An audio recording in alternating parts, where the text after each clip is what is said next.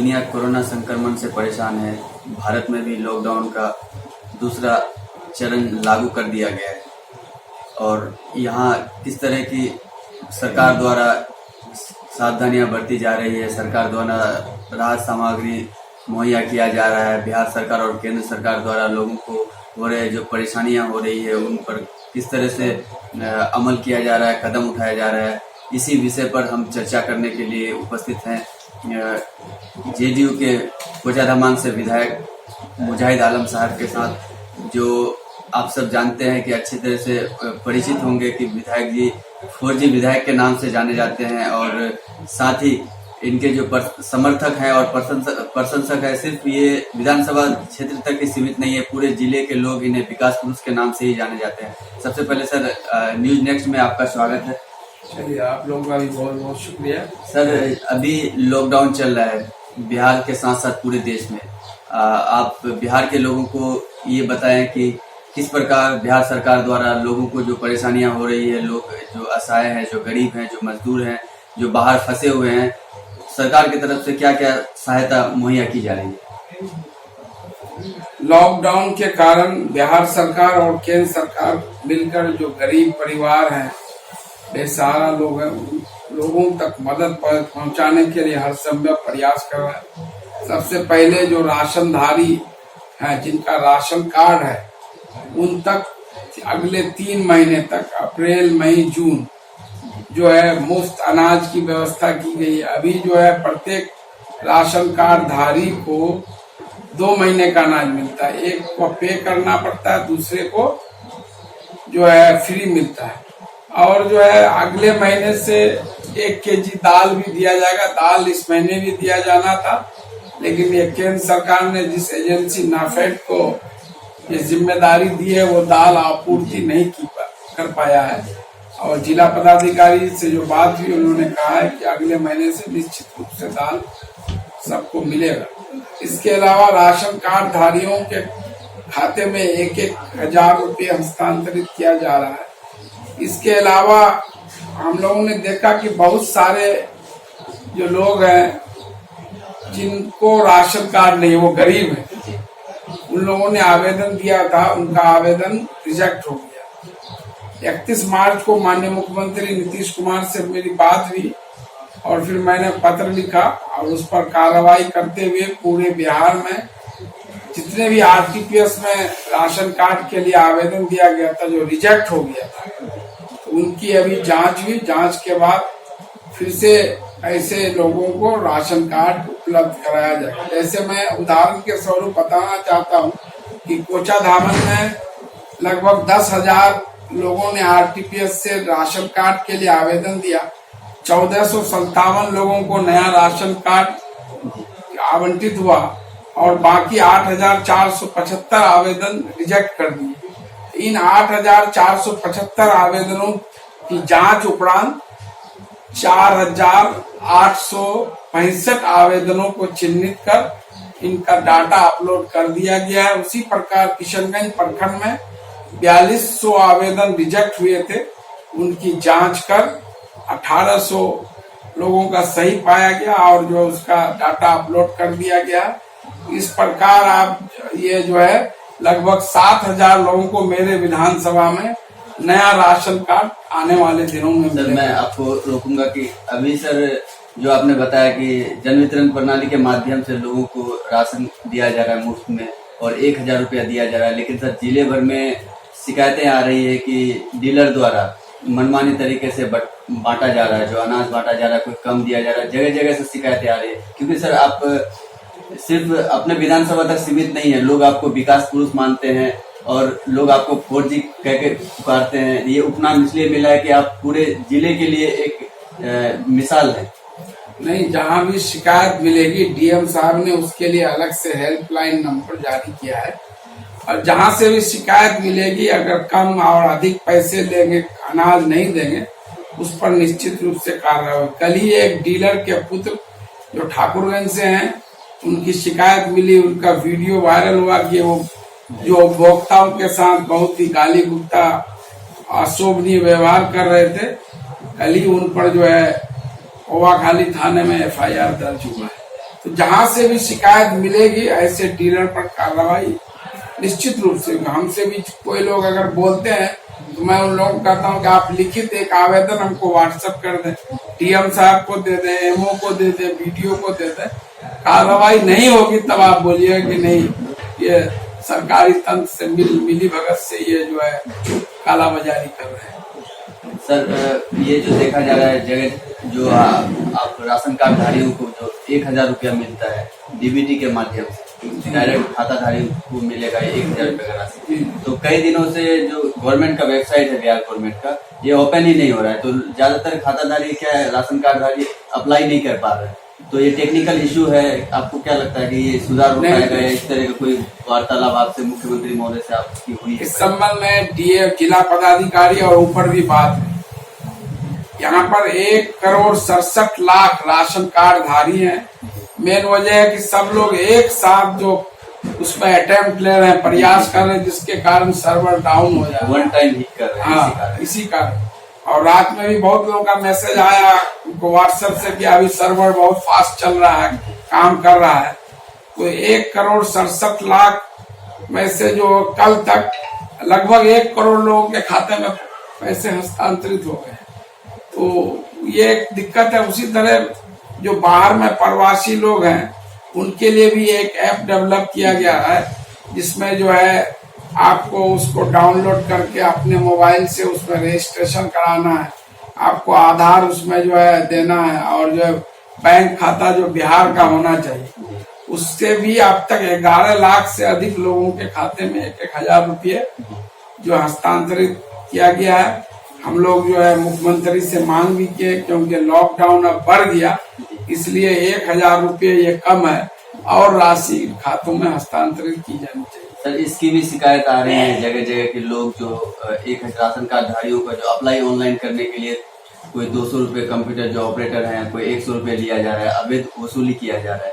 तो क्या इस संकट के घड़ी में इस तरह का जो भी लोगों को मदद पहुंचाना चाहिए लेकिन उगाही कर रहे हैं, इसके लोगों से आप क्या अपील करना चाहेंगे? नहीं, जो भी इस तरह का काम कर रहे हैं बहुत ही गलत है। ये राष्ट्रीय आपदा, पूरी दुनिया अभी कोरोना वायरस के संकट से जूझ रहे लोग मंदिर, मस्जिद, पूजा घरों तक नहीं जा पा रहे हैं। तो ऐसे में समाज के हर लोगों की जिम्मेदारी है कि जहां तक हो बिना किसी प्रॉफिट के, बिना किसी लोभ लालच के लोगों के, गरीब की, मजबूरों की सहायता करना चाहिए। ये पुण्य का काम है, ये सवाब का काम है। और जहां तक राशन कार्ड ऑनलाइन करने की कोई आवश्यकता नहीं है। राशन कार्ड जो अभी नया रजिस्ट्रेशन है, नया जो अभी बन रहा है, उसका जो सरकारी जो है सेवक जो है एग्जीक्यूटिव असिस्टेंट, उन्हीं के द्वारा सारे राशन कार्ड जो चिन्हित हुए हैं उनका डाटा अपलोड किया जा रहा है। वो अपलोड ऑलरेडी हो चुका है। अब आगे उन लोगों को राशन कार्ड मिलेगा और जो उनको भी अनाज मिलेगा, रुपये उनके खाते में हस्तांतरित होंगे। इसके अलावा जिनको राशन कार्ड नहीं है, जीविका समूह से जुड़े हुए हैं, जीविका की जो है दीदियां उनका भी सर्वे कर रही हैं, उनके भी खाते में पैसा हस्तांतरित होना है। इसी तरह से जो स्कूल के बच्चे, एमडीएम बंद है, स्कूल बंद, उनके खाते में पैसे हस्तांतरित हो रहे हैं। इसी प्रकार जो आंगनबाड़ी केंद्र में जो बच्चे, 40 बच्चे और जो गर्भवती महिलाएं जिनको लाभ मिलता था, टेक होम राशन मिलता था, उनके पैसे भी उनके खाते में हस्तांतरित करने की कार्रवाई चल रही है। सर आपको मालूम ही होगा कि किशनगंज में इंडस्ट्रीज ना, उद्योग जो है केंद्र ना होने के कारण किशनगंज के ज्यादातर लोग अन्य प्रदेशों में रोजगार के लिए जाते हैं, बड़े बड़े महानगरों में जाके बसते हैं। तो एकाएक लॉकडाउन जो लागू हुआ, वो लोग वहाँ फंसे हुए हैं और सरकार की तरफ से ये आदेश हुआ है कि जो जहाँ है वहीं रहना है। तो बार बार किशनगंज के लोगों का ये घर में कांटेक्ट करते हैं, लोग परेशान दिखते हैं कि हमको घर जाना है। तो उन लोगों के लिए आपका क्या संदेश है, क्या अपील करना चाहेंगे, लोगों को क्या कहना चाहेंगे? नहीं, जहां तक इसकी बात है, बहुत लोग बोलते हैं मोदी जी लॉकडाउन कर दिए या ये जो बीमारी चीन के वुहान शहर से इसकी शुरुआत हुई और जब ये हमारे हिंदुस्तान में बहुत लेट से आया ये वायरस, तो उससे पहले WHO, वर्ल्ड हेल्थ ऑर्गेनाइजेशन और दुनिया की जितनी भी हेल्थ पर जो काम कर रही एजेंसियां, उन लोगों ने अध्ययन करके ये एक सॉल्यूशन निकाला कि कोरोना वायरस से लड़ने के लिए अभी तक कोई दवाई जो तैयार नहीं है। तो इसके जो इतना तेजी से जो फैलता है, इसके संक्रमण को रोकने का एक ही इफेक्टिव उपाय है कि लॉकडाउन कर जो है, जो जहां है वहीं पर रुक जाएं और सोशल डिस्टेंस मेंटेन करें। अब अमेरिका जैसा इतना डेवलप कंट्री, वहां मौत का आंकड़ा 40,000 से ऊपर पहुंच गया है। और मैं कल ही एक टीवी न्यूज चैनल देख रहा था कि वहां के 95% लोग अपने घरों में कैद है। चीन से ये वायरस फैला था सर, लेकिन चीन ने भी इसी तरीके को अपना करके अपने वहाँ के लोगों को कामयाबी उनको मिला है, कहीं ना कहीं बचाव हुआ है इस उपाय को अपना करके। जी, चीन के जो हुआन शहर है, अभी पिछले दिनों वहां से लॉकडाउन कंटिन्यूअसली 73 डे 73 दिन तक वहां पर लॉकडाउन रहा उसके बाद। इसलिए मैं सारे लोग जो बाहर फंसे हुए हैं उनके साथ हमारी हमदर्दी भी, मैं भी चाह रहा हूँ कि भाई वो लोग जल्द से जल्द अपने घर लौट आ जाएं। लेकिन जो है लॉकडाउन के कारण नहीं आ पा रहे। बहुत सारे लोग बोल रहे हैं कि भाई जो है नीतीश जी को बोलिए, तो कोई भी मुख्यमंत्री कहीं से किसी को नहीं लेके आ सकता। आप जहाँ फंसे हुए हैं वहां से आप परमिशन देता तो आप आ सकते हैं। बहुत सारे लोग, जैसे टेरागाछ के एक बंदे, उनके फादर एक्सपायर कर गए, वो दिल्ली से परमिशन लेके टेरागाछ आए।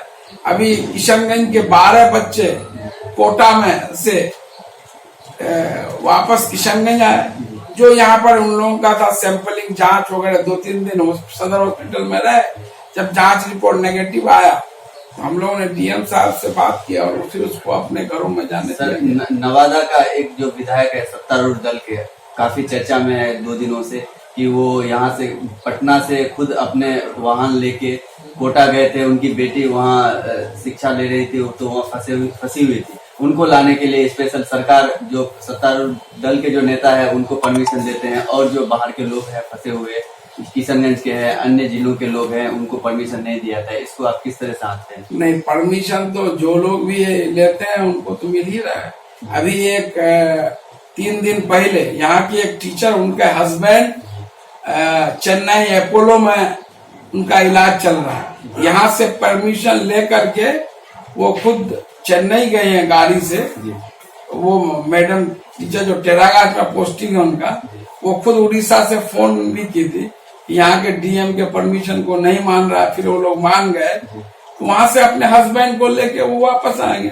इसी तरह मैं बताया कि किशनगंज के भी 12 बच्चे कोटा से परमिशन लेके वापस आए हैं। वो अगर एक विधायक है, वो भी तो परमिशन लेके नहीं जाते, तब ये होता कि भाई नहीं, तब सवाल बनता कि वो नियम कानून के धज्जियां उड़ा के गए, वो परमिशन लेके गए। मैं भी देखा उनका परमिशन गाड़ी के आगे लगा हुआ था, सही बात। लेकिन विधायक जी को भी चाहिए था कि जब और लोग फंसे हुए हैं तो अपने बच्चे को सिर्फ लेके नहीं आना चाहिए। तो कहीं ना कहीं विधायक जी भी ये चीज मान रहे हैं कि आम लोग जब फंसे हुए हैं तो आम लोगों की तरह अपना भी बच्चा होना चाहिए, उनको भी ऐसे ही मानना चाहिए। सर, मैं एक सवाल आपसे और करना चाहता हूं कि आपके तरफ से आपके विधानसभा क्षेत्र में और जिले भर में, क्योंकि मैं एक बार फिर से दोहराना चाहता हूं कि आप सिर्फ अपने विधानसभा तक सीमित नहीं है, पूरे जिले के लोगों के बीच में आपका उठना बैठना होता है, हर कार्यक्रम में आप समय पर पहुंचते हैं। तो आपके तरफ से किस तरह के लोगों को राहत मिल रही है अभी इस संकट के घड़ी? हम लोग जो है जहां तक कोशिश हो रहा है, जो सबसे ज्यादा दिक्कत हमारे जो भाई बाहर में फंसे हुए हैं, तो वहां तक अब जैसे केरला KMCC AIKMCC है, उसके तरफ से केरला में जितने लोग फंसे हुए हैं, तमिलनाडु में तिरुपुर है, मद्रास में चेन्नई है, क्योंकि KMCC से मेरा गहरा लगाव, पिछले साल में केरला भी गया था। उन लोगों को राहत सामग्री दिया जा रहा है। अब तक किशनगंज जिले में एक भी कोरोना संक्रमित मरीज नहीं पाया गया है, और आज से जो है केंद्र सरकार ने ये बात कही थी कि 20 तारीख से कुछ चीजों में रियायतें बरती जाएंगी और कुछ छूट मिलेगा लोगों को। तो किस तरह की रियायतें लोगों के लिए है?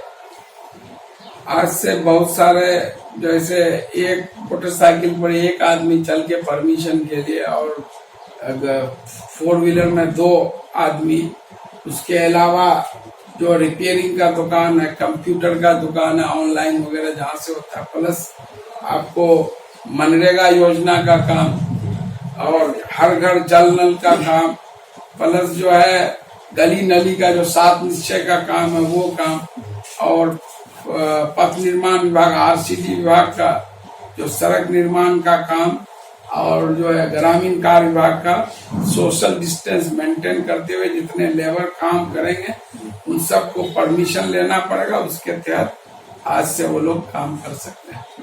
तो ये विधायक जी कह रहे थे कि आज से जो है कुछ चीजों पर जो रियायतें बरती गई है, जो कंस्ट्रक्शन का जो काम है, जो लेबर का काम है वो कर सकते हैं, लेकिन इसके लिए स्पेशली परमिशन लेना पड़ेगा और तब ये काम कर सकते हैं। किशनगंज से न्यूज नेक्स्ट के लिए आसिफ इकबाल की report. News Next. Do like, share and subscribe.